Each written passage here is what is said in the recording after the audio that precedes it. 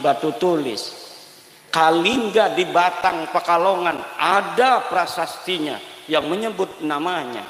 Keraton Surakarta, Keraton Kasunanan, Keraton Yogyakarta, nggak ada bukti sejaman pun masih wujud peninggalan arkeologisnya, budayanya, dan orang-orangnya masih bisa kita lihat. Apalagi semua apa yang ada di Keraton Jogja, Kasunanan, Pakualaman, Surakarta, Hadiningrat, semuanya dicatat semua. Nasab yang mau masuk nyangkok ke Yogyakarta ndak bisa karena ada kekancingannya. Begitu juga ada Balawi mau masuk menjadi cucu daripada Hamengkubuwono II, ndak bisa. Ada yang ngaku Balawi cucunya Hamengkubuwono, katanya punya istri anaknya Hamengkubuwono, punya mertua Hamengkubuwono, dan lain sebagainya. Kemudian kuburannya, kuburan Panglima Perang daripada Yogyakarta, dirubah namanya jadi Baklawi. Kanjeng Raden Tumenggung Sumodiningrat, adanya di Bantul Pleret.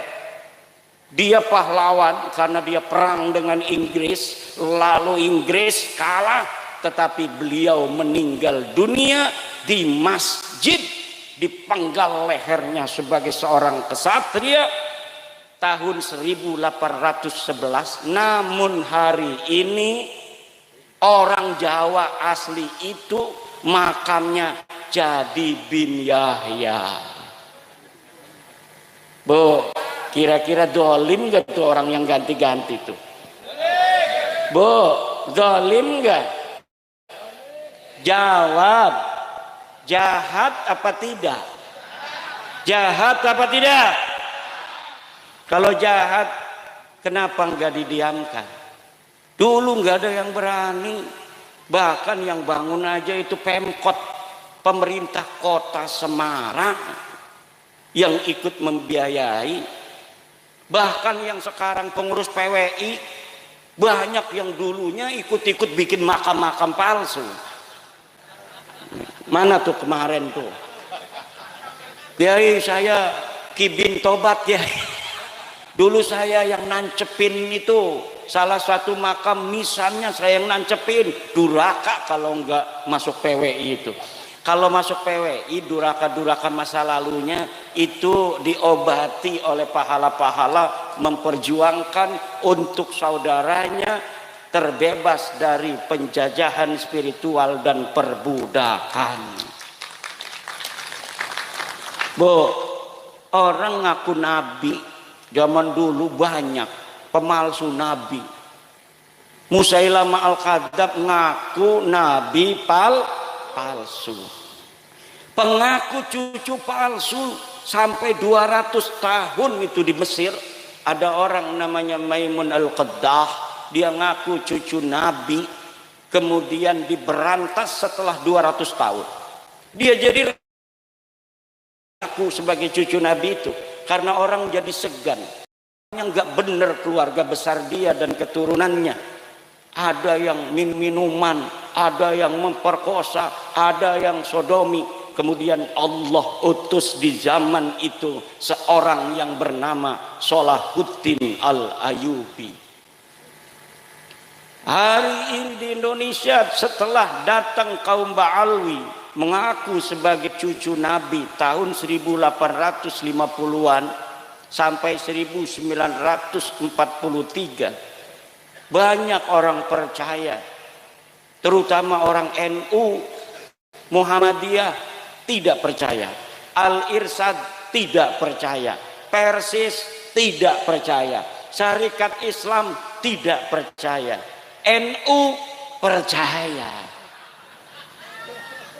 Kenapa NU percaya? Karena di NU memang zaman dulunya kiai-kiainya turunan Nabi semua, turunan wali turunan Nabi. Jadi ketika ada orang ngaku dianggap saudaranya, oh berarti saudara saya ini. Kemudian ternyata lama-lama ngalahin. Lama-lama kiai yang pinter-pinter, kemudian dia yang goblok, kagak bisa baca Fathul Qorib, kagak bisa nasrib, nggak ada yang hafal Quran, nggak ada yang enak ngajinya kalau jadi imam. Kemudian dia merasa lebih mulia daripada kiai-kiai kampung. Katanya, satu Habib yang bodoh, walaupun suka maksiat, walaupun suka berzina, dia lebih mulia dari kiai 70 kiai. Na'udzubillah. Saya masih lihat dari Tulung Agung seorang Ba'lawi itu kemarin di YouTube. Dia bawa-bawa Ibnu Hajar.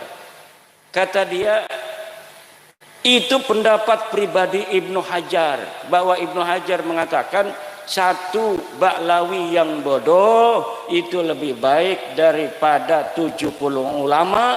Karena apa? Karena kemuliaan Ba'lawi adalah zatnya, sedangkan kemuliaan ulama adalah aradnya, sifatnya.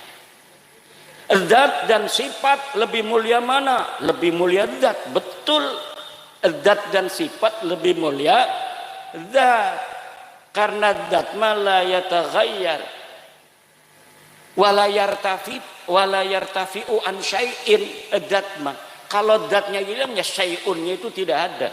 Tetapi kalau arad, syai'un itu zat, aradnya sifatnya hilang, syai'unnya masih ada. Itu lebih mulia zat, betul. Tapi kamu bukan cucu Nabi. Masalahnya itu, kamu cuma ngaku-ngaku cucu Nabi.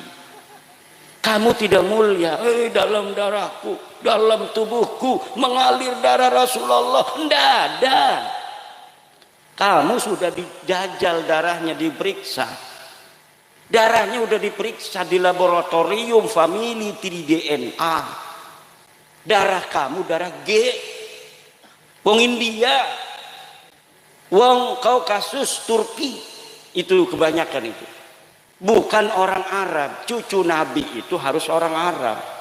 Darahnya cucu Nabi itu yang asli adalah darah Arab, karena Nabi orang Arab. Kalau Arab, kalau keturunan garis laki-laki lurus harus J1. Sedangkan Habib-Habib Ba'lawi ini ngakunya lurus ke Nabi garis laki, tapi darahnya diambil pas sudah terbukti, sudah selesai diperiksanya, hasilnya G semua. 180 orang yang sudah tes DNA, baik di Indonesia maupun yang di Yaman, semuanya gagal sebagai keturunan baginda Nabi besar Muhammad sallallahu alaihi wasallam. Itu secara tes DNA.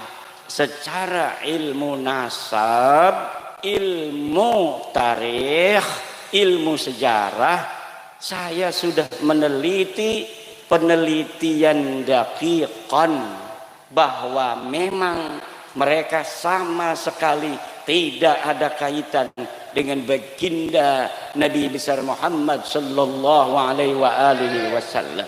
Man huwa badrun, man huwa syamsun, man huwa nurun fawqa nurin, man huwa iksiru wa ghali, man huwa misbahus suduri.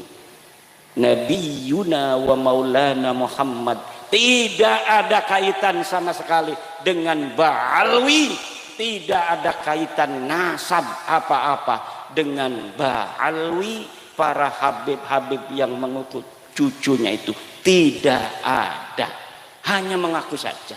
Lah kalau mengaku kita aja semua mengaku, siapa kek cucunya Jokowi kek, siapa aja bisa ngaku, betul apa tidak?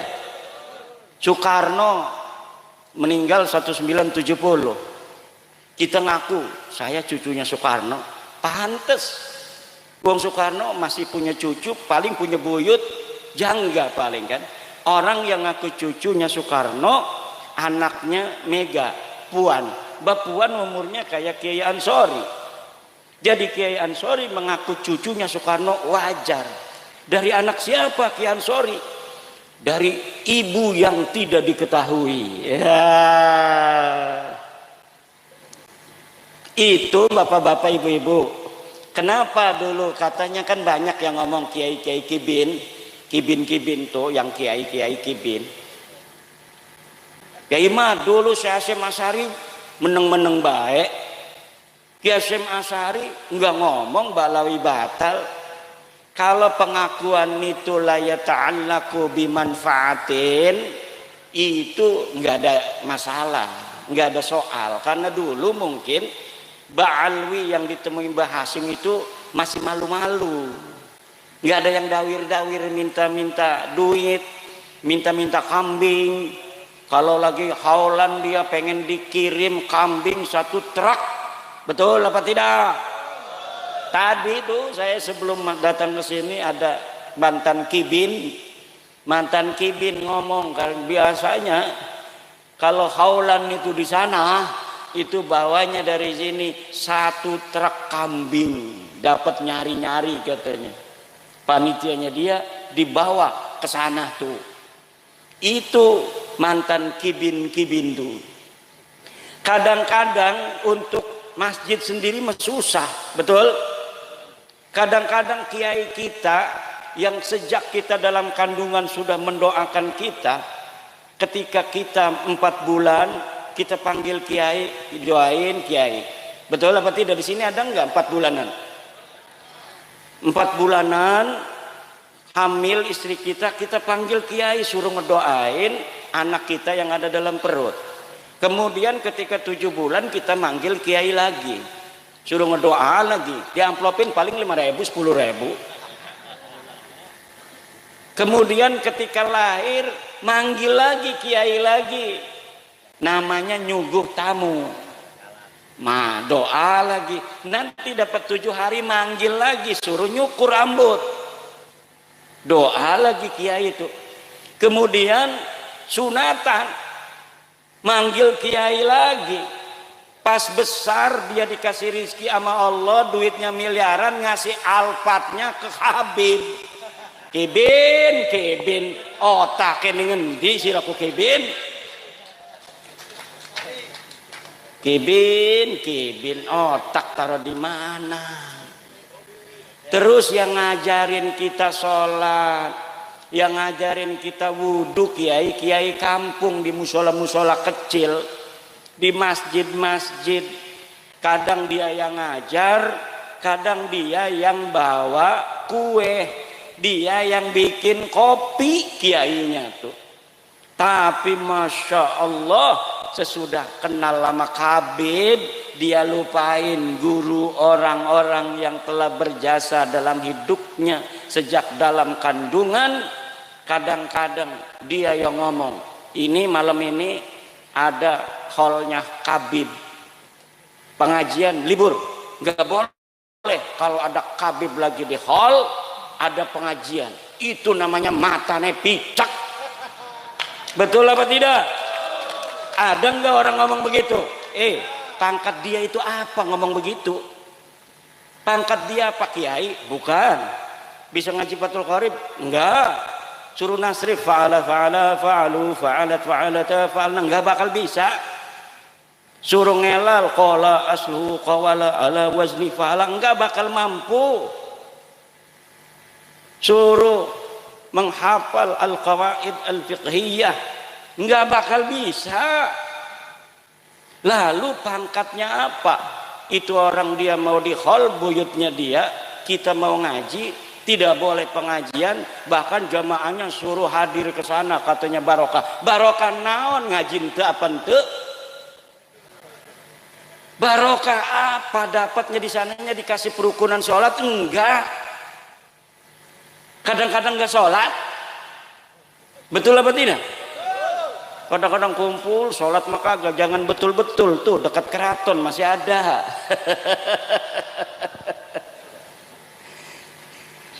Bahkan kota kita banyak yang dipakai-pakai. Allah, Allah, haul Gresik, haul Solo, haul Malang. Lah emang pangkatnya apa dia? Coba yang di haul itu lihat sejarahnya waktu hidupnya. Ada enggak di kitab-kitab Mbah Hasim yang semasa dengan dia disebutkan? Enggak ada. Banyaknya orang-orang Ba'lawi itu yang dianggap hebat-hebat setelah matinya. Udah 20 tahun mati baru dicatat itu. Kehebatannya semuanya enggak ada bisa dibuktikan oleh orang yang sezaman. Hafal hadis katanya 1 juta hadis, mana buktinya? Lu enggak ada, orangnya udah mati. Mungkin ada enggak kalau dia pakar hadis? Kitabnya mungkin, sanadnya dari siapa? Pernah enggak dia ketemu dengan musnidud dunya? Dari siapa saja dia mendapatkan riwayat hadis? Gurunya berapa ratus? Seorang pakar hadis ya gurunya harus ratusan. Enggak ada, hanya di tulisan-tulisan sekarang di internet ditinggi-tinggikan. Pada masa hidupnya bukan siapa-siapa. Makanya saya katakan satu Syekh Nawawi Tenara lebih mulia dari seluruh Ba'lawi yang hidup maupun yang sudah mati. Satu kiai Indonesia Syekh Nawawi Tenara lebih mulia dari seluruh habib di dunia, baik yang masih hidup maupun yang sudah wafat.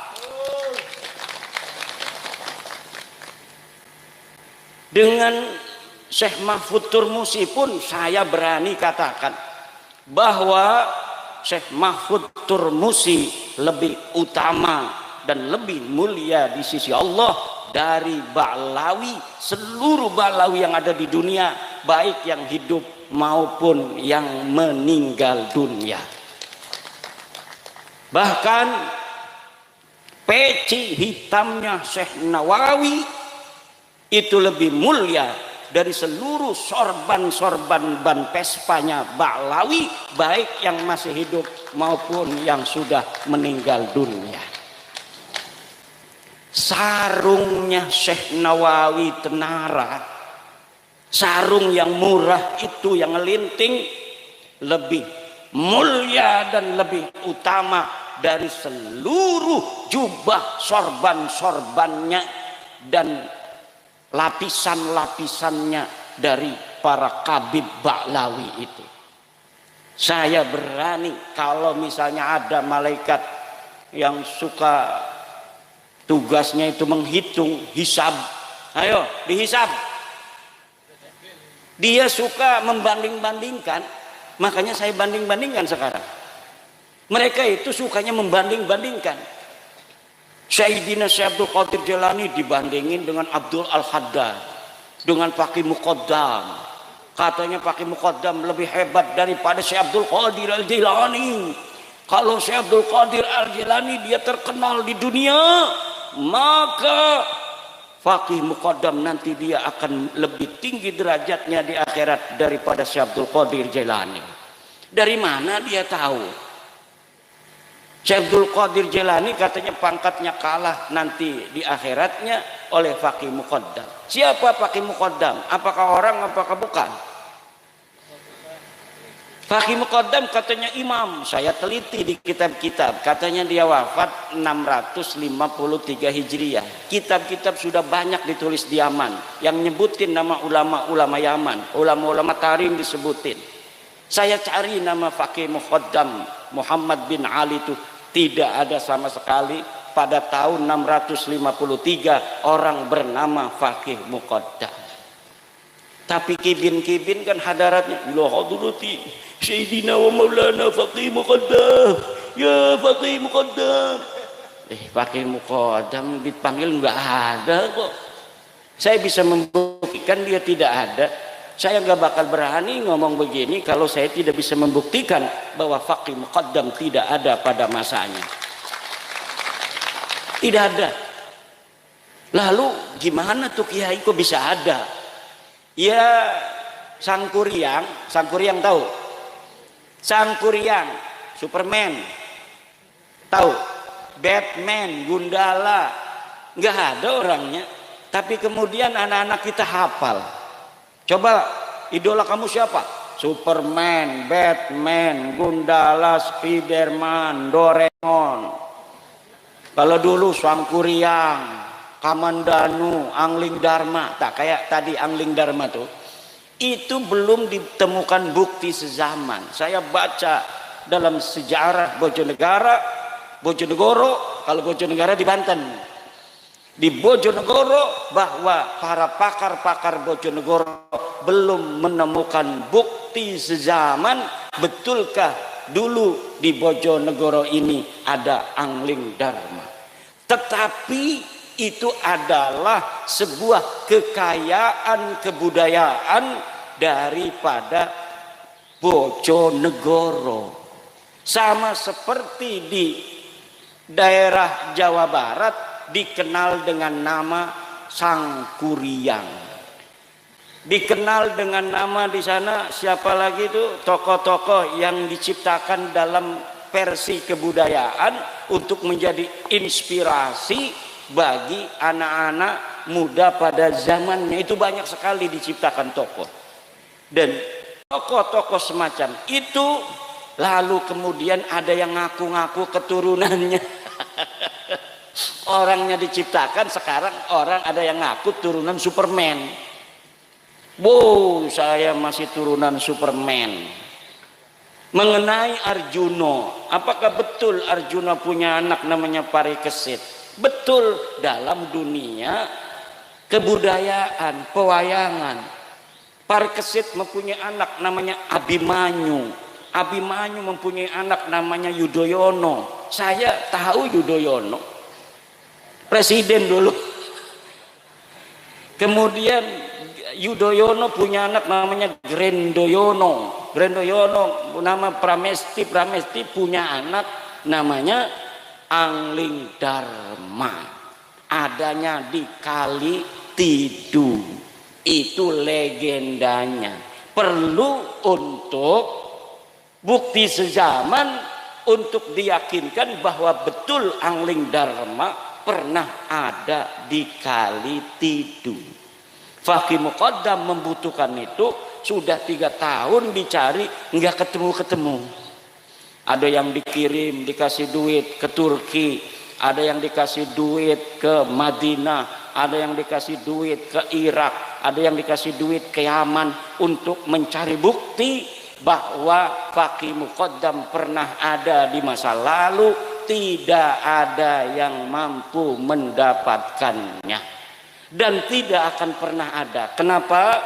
Karena saya sudah secara badihiyan jalian bahwa nasab Ba'lawi ini diakuinya baru di abad 9 Hijriah, 895 Hijriah. Di tahun 895 Hijriah ada seorang Ba'lawi namanya Ali As-Sakran nyatet bin-binnya dia. Katanya dia namanya Ali, punya abah namanya Abu Bakar. Abu Bakar punya abah namanya Abdurrahman. Abdurrahman ini orang bener nih, masih 3 nih orang bener nih. Nah, dari Abdurrahman ke atas ini dia nggak hafal. Tulis-tulis saja sampai nama cucu Nabi yang namanya Ahmad bin Isa yang ada di abad keempat Hijriah, 345 Hijriah. Memerlukan 13 nama ke situ. Dikarang aja. Abdurrahman bin Muhammad bin Ali bin Alwi bin Faqih Ali bin Faqih Muqaddam bin Ali bin Muhammad Sahib Birbat bin Ali Qali Qosam bin Muhammad bin Alwi bin Muhammad bin Alwi bin Ubaid bin Ahmad bin Isa. Ya, saya cari kalau Ahmad bin Isa ini benar cucu Nabi. Ada di dalam kitab Tahdhibul Ansar, ada di dalam kitab Al-Mazdi Ahmad bin Isa, ada di dalam kitab Muntaqilatut Talibiyah, ada dalam kitab As-Syajarah Al-Mubarakah karangan Imam Fakhrur Razi, ada dalam karangan kitab Al-Asili karangan Al-Marwazi, karangan At-Taqtaqi, ada dalam kitab Al-Fahri Al-Marwazi, ada dalam As-Sabatul Musal, ada di dalam kitab apa namanya itu, Umdatul Talib di abad ke-9 awal. Ahmad bin Isa Soheh sebagai cucu Nabi, anak-anaknya 3, ditulis dalam kitab-kitab itu mulai abad ke-5 Hijriah ditulis. Anaknya itu 1 Muhammad, 2 Ali, 3 Husain, tidak ada anak bernama Ubed. Leluhurnya Khabib ini namanya katanya Ubed. Katanya anak Ahmad bin Isa cucu Nabi. Dilihat di dalam kitab-kitab masa lalu yang hari ini masih ada dicetak. Karena kitab masa lalu itu punya Imam Syafi'i itu tahun 150 Hijriah Imam Syafi'i lahir, beliau wafat 205 Hijriah, kitabnya masih ada sampai hari ini. Begitu pula kitab-kitab nasab, banyak kitab nasab itu yang saya ambil hanya beberapa, paling 30 yang saya sebut di dalam kitab. Kenapa? Karena itu yang menyebut Ahmad bin Isa. Yang lain itu keluarga lain, jadi nggak perlu untuk saya sebutkan. Kalau disebutin semua 200 kitab nasab dan sejarah bapak-bapak dan ibu-ibu, yang semuanya memperkuat dan membatalkan nasab Habib sebagai keturunan Nabi. Lalu mereka marah-marah sama saya, nggak mau nerima. Ini fitnah, hasud, iri, dengki, punya kebencian pada turunan Nabi. Kebencian turunan Nabi siapa? Saya turunan Nabi. Mana buktinya? Nggak perlu bukti, husnudon aja. Nggak mau husnudon mah. Nanti kamu minta uang sama saya. Kalau kita husnudon dimintain duit. Tapi kalau sudah kelihatan dia pakai kaos PWI nggak berani. Jadi orang-orang yang paling merdeka sekarang di Indonesia ini orang yang pakai kaos PWI. Nggak bakal itu. Misalnya nih perempuan-perempuan, hei se-Indonesia, bikin jilbab yang ada lambang PWI, lambang Gunung Jawa itu. Insya Allah selamat daripada kezaliman Baklawi. Atau di depannya kan biasa kayak OSIS itu kan, sekarang gambarnya PWI. Wah selamat. Mau kan sekarang tuh di Jepara ada kayak apa ya, kayak mania 31 anak perempuan diperkosa sama Sapik Al-Habsyi. Khabib 31 anak perempuan diperkosa baru tahun 2025 ini, masih beberapa hari yang lalu. Tapi sudah saya masukkan dalam kitab saya, dan kitab saya sudah dicetak kitab baru, judulnya Minhajun Nasabin fi Ibtali Nasabi Ba'lawi Al-Multasik Lil Alawiyin. Itu bisa di-download juga, gratis download kitab saya itu. Kalau orang ngarang kitab itu nggak mau ditaruh di internet, kenapa? Nggak dapat untung. Kalau saya setiap ngarang kitab, terutama kitab nasab ini, hari itu saya tabyin, hari itu saya share gratis. Begitu. Untuk apa? Karena tujuan saya ngarang bukan cari duit. Alhamdulillah Allah sudah kasih saya rizki. Tapi untuk memberi pencerahan kepada saudara-saudara saya. Kenapa? Karena saya mantan kibin juga. Kibin semua ini, banyaknya kibin semua. Pengurus PWI ini banyaknya kibin-kibin. Pekalongan, tanya kenal saya enggak? Saya dulu kalau ngobrol di rumahnya itu ya di atas, yang ada neng nong neng nong neng nong neng nong, orjennya itu. Sekarang alhamdulillah bebas merdeka. Orang yang merdeka dirinya diberi kekuatan oleh Allah, tidak mudah ditipu, tidak mudah diperdaya. Orang itu kalau sudah dia itu husnudon pada maling, udah tampangnya kayak maling ini, lah husnudon gak boleh kita suudon pada orang. Insya Allah laptop, HP di meja habis semua itu. Saya punya teman kiai, orangnya husnudon aja itu sama Balawi.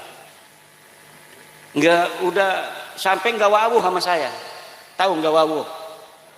Ini sekarang ini nggak wawuh sama saya gara-gara saya batalin nasabah Balawi nih. Karena dia masih jadi kibin.